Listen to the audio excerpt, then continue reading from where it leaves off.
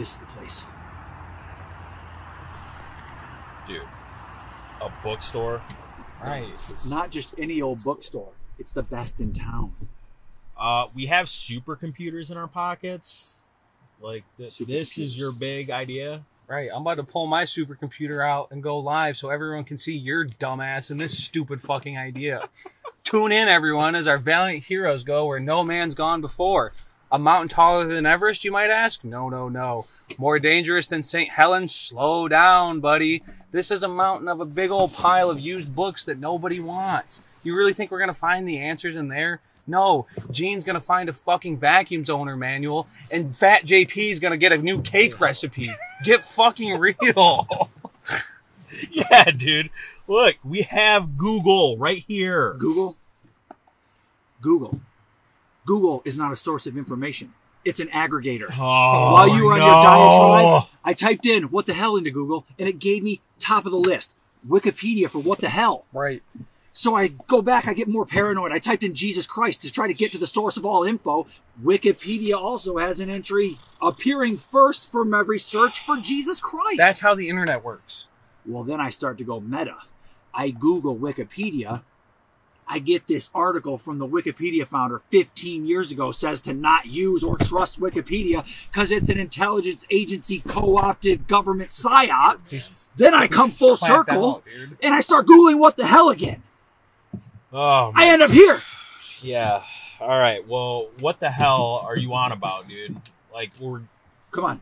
all right. Let's go. No, We're going to get archaic now. No, it's cool. We're getting back to the fundamentals. We're getting back to the basics. We're going to get to the bottom of this shit. This didn't take us nowhere. All right. Well, where do you want to start then? Starting where every intellectual pursuit begins. TikTok, of course. The Greeks. The Greeks. The Greeks. The Greeks. The Greeks.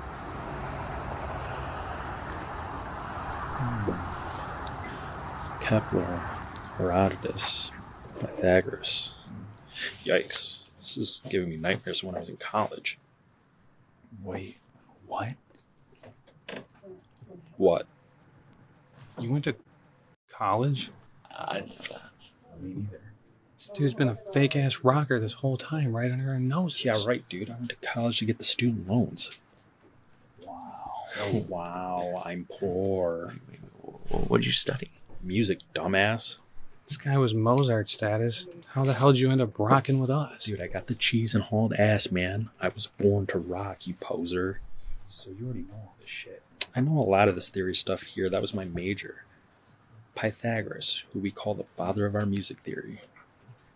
Yeah, you know what? That does kind of look like my dad. I can see that.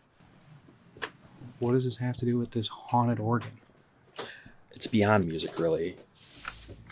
He had an idea of the harmony of the spheres. All planets, sun and moon, produce frequencies that resonate with all the universe. The months of the calendar correspond to the notes of our scale, which make a circle, which are the chromatic intervals in the circle of fifths. He applied harmonics with math, numerology, and astronomy. I got another one here, right here. Everything that we see and feel in the universe from thought or idea to matter is sound in a particular concentration. Sound is geometry, the patterns that reverberate across nature and the universe. Exactly. Just think of this, man. The universe is like a big-ass fucking rock band. Think Metallica S&M. Yeah, Metallica S&M. I'm seeing the vibe now. And I'm Kirk Hammett, baby. Don't they say that's not a sound theory, though? Yeah, I mean, they say that irrational numbers spoil Pythagorean theory altogether. It doesn't quite fit, but that's the Western system, and that's spoiled to begin with. 100 years ago, some rich guy decided our music should be changed from the resonant 432 Hz frequency to 440 Hz tuning, which is more discordant and dissonant. Our Western music, in general, as we all know, being shitty rockers, is clumsy and interval. That's why it rocks. It's nothing like the Arabic and Asian scales, which are more graceful, namely the 24-note semitone scale. I think there's a misunderstanding between philosophy and physics, then again between mathematics and music academia, and then again between geometry and astronomy. As the quote goes, most Egyptologists can explain how the pyramids were built, but can't assemble a footstool given a hammer and nails. Pythagoras spent 20 years in Egypt. You know who else conveniently spent 20 years in Egypt that they tend to forget about? Wait. Listen to this. Musical spheres are mathematical harmonies abiding by the laws of music, which creates a symphony we don't even hear. So, if we're off the universe being Metallica, S&M, and we're onto this whole symphony we don't hear, you talking about the Lou Reed album? Fucking Lulu, or whatever it was called? What if the Pythagorean theory contained its own set of irrational numbers? What if it doesn't fit perfectly because it's not supposed to? Plenty of our mathematics aren't exactly sound, and we explain them away with more complex systems that only explain the piecemeal fragment we've decided to cut off and observe and isolate. What do you mean? Well, it's goofy to say that his theory isn't sound when our understanding of the universe isn't itself sound or stable or complete by any stretch of the imagination. For example, what if the theory isn't flawed, but it's designed to account for imperfections and disharmonies? What if that's the chaos in the universe? What us humans would call free will? Well, listen, man. Going back to this whole symphony we don't hear thing, these fans aren't going to hear our symphony, and we're going to get fined. And that's cash we won't see if we don't get back and rock this fucking gig.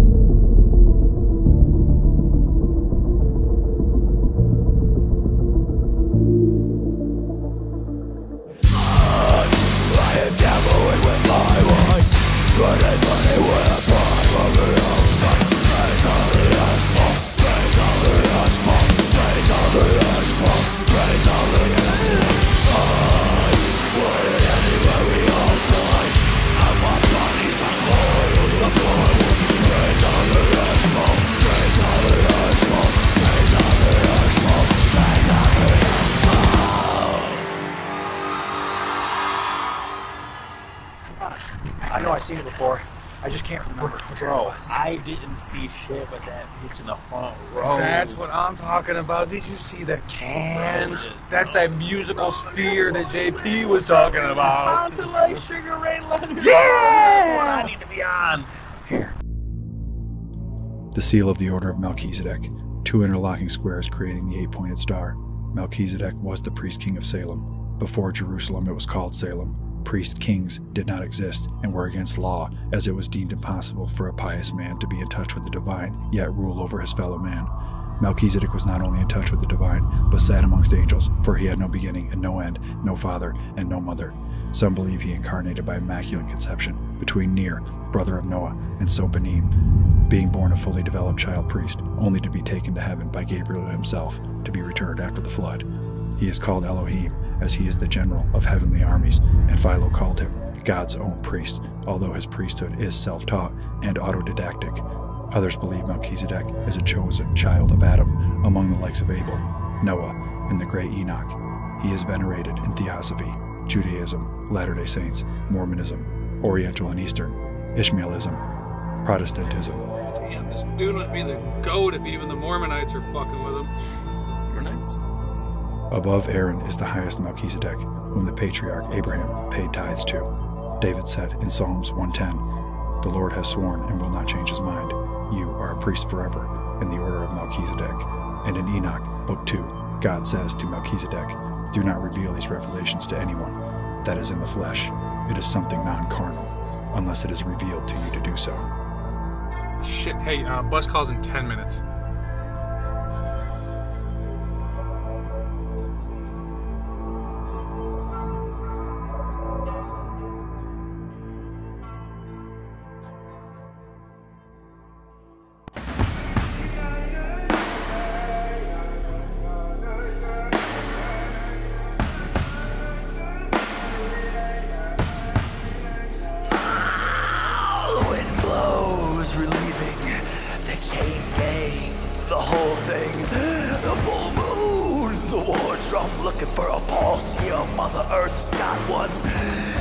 far down can we really go?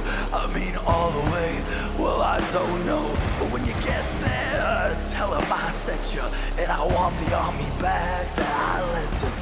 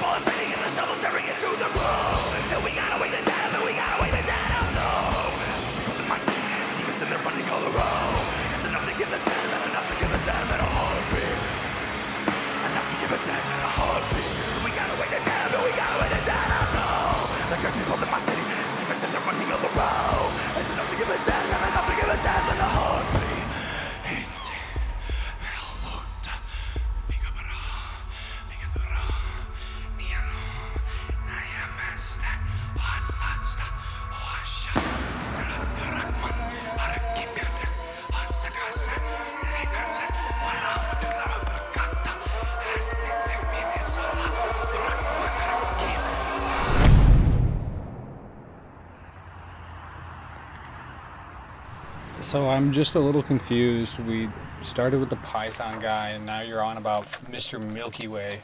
What the fuck does this have to do with this weird ancient instrument?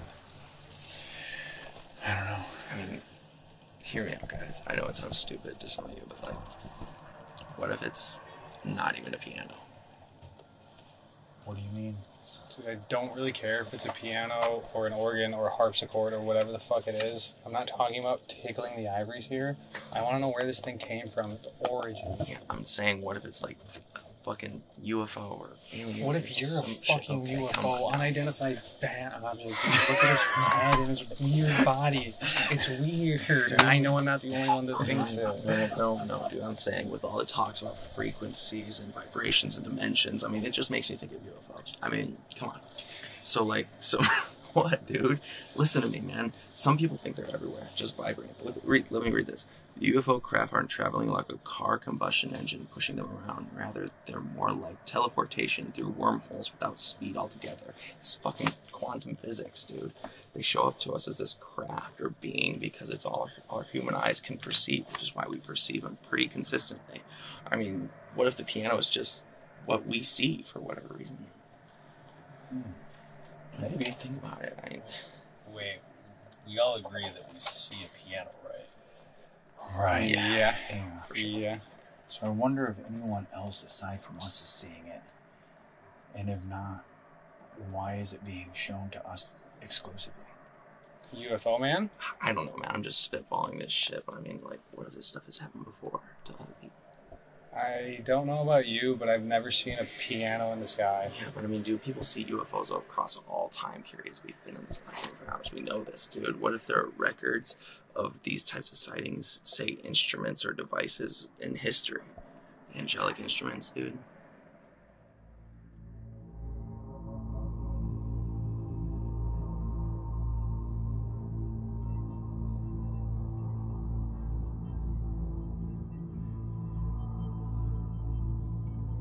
It turns out there's plenty of examples of mysterious archaeological discoveries over the centuries. Not all understood and plenty more hidden, but if we narrow the search down to angelic instruments, we get plenty of examples. Here, 1969, Siberian miners find angelic harp. 100 meters below the frozen earth in the Tsul district, Kemerovo region, the instrument does not conform to any known people or period. It's a composite of materials that have yet to be found in abundance on Earth. However, not entirely unknown elements and substances that make up the enigma have been discovered and documented around the globe in regions of great natural disasters such as comet strikes, albeit in subatomic form. That's UFO, dudes. You were right. Or here, 1931. Archaeologists unearth originless trumpet. A trumpet made of an unknown and undocumented type of alloy was discovered on a dig inside the Grand Canyon. The instrument is adorned with symbols that do not match any known civilization script or iconography. The trumpet, massive in size, cannot be blown by man, as no set of lungs nor machine, not even the mechanical turbine, can produce a gust of air to sound a single note. I just don't get why we haven't heard about any of this. You know, if it's not on Google, it just doesn't exist. Exactly. Look at this. 1922. The flute of Pan discovered. The The Smithsonian Institution found itself in a contentious dispute facing grave allegations of deliberately concealing information pertaining to an extraordinary narrative-defying archaeological discovery. A great number of archaeologists, esteemed yet not affiliated with any major institution, have leveled serious accusations against the Smithsonian, accusing the prestigious institute of systematically diminishing, suppressing, hiding, even destroying findings. This came from a growing group that has attested to personally having participated in the dig where what most are referring to as the fluted panel was discovered. Eyewitness accounts are now accumulating about several additional digs and findings over the years. Mainstream archaeology has labeled these whistleblowers traitors, quacks, pseudoscientists, and conspiracy theorists without accreditation. The Smithsonian has come forward and vehemently denied that any such findings exist. In addition, the Institute has stated they take a cautious and measured approach to the handling and study of any historical findings, and that there are protocols and scientific standards in place wherever they are involved.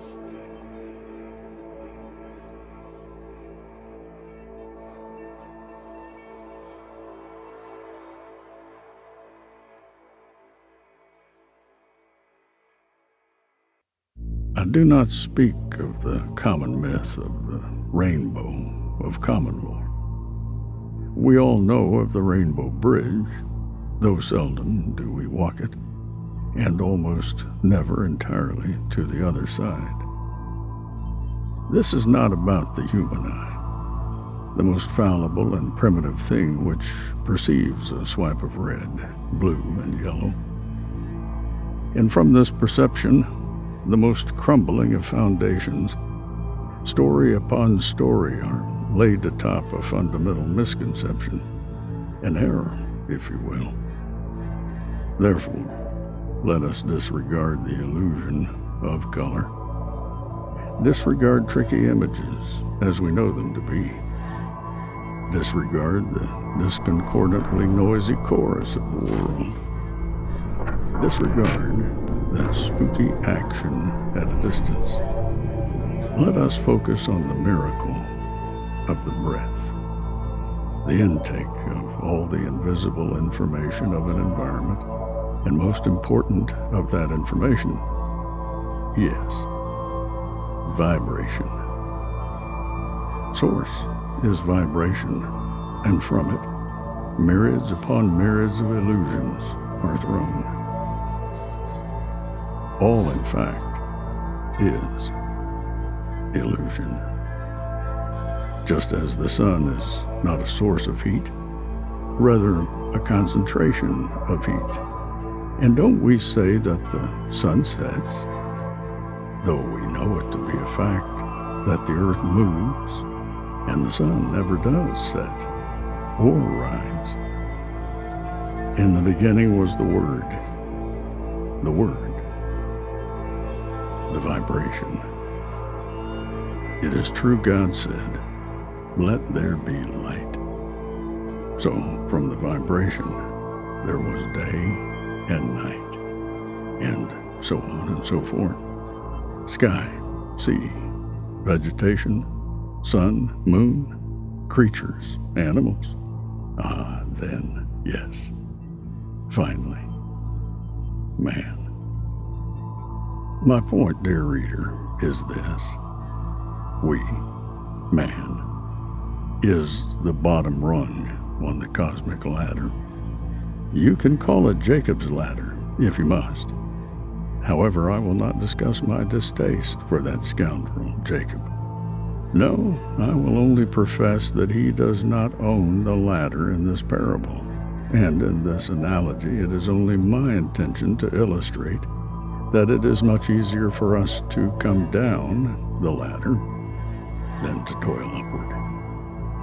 Man, being the bottom rung, beneath all, well, this is why we are unable to traverse above and play in the divine.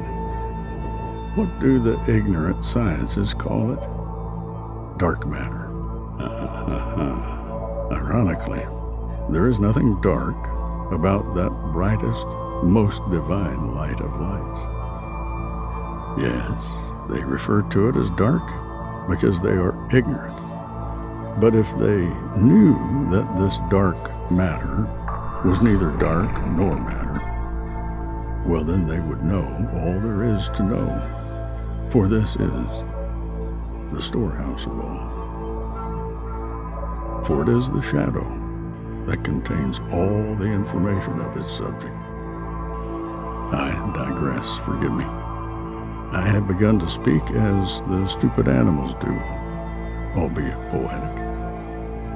The last thing we need are words and derivative speeches. I have been avoiding the plain fact that, had I the talent of the great man and wordsmith Hermes Trismegistus himself, I could not articulate the experience of the black rainbow, that black void, that broken promise between God and man, that shadow of God.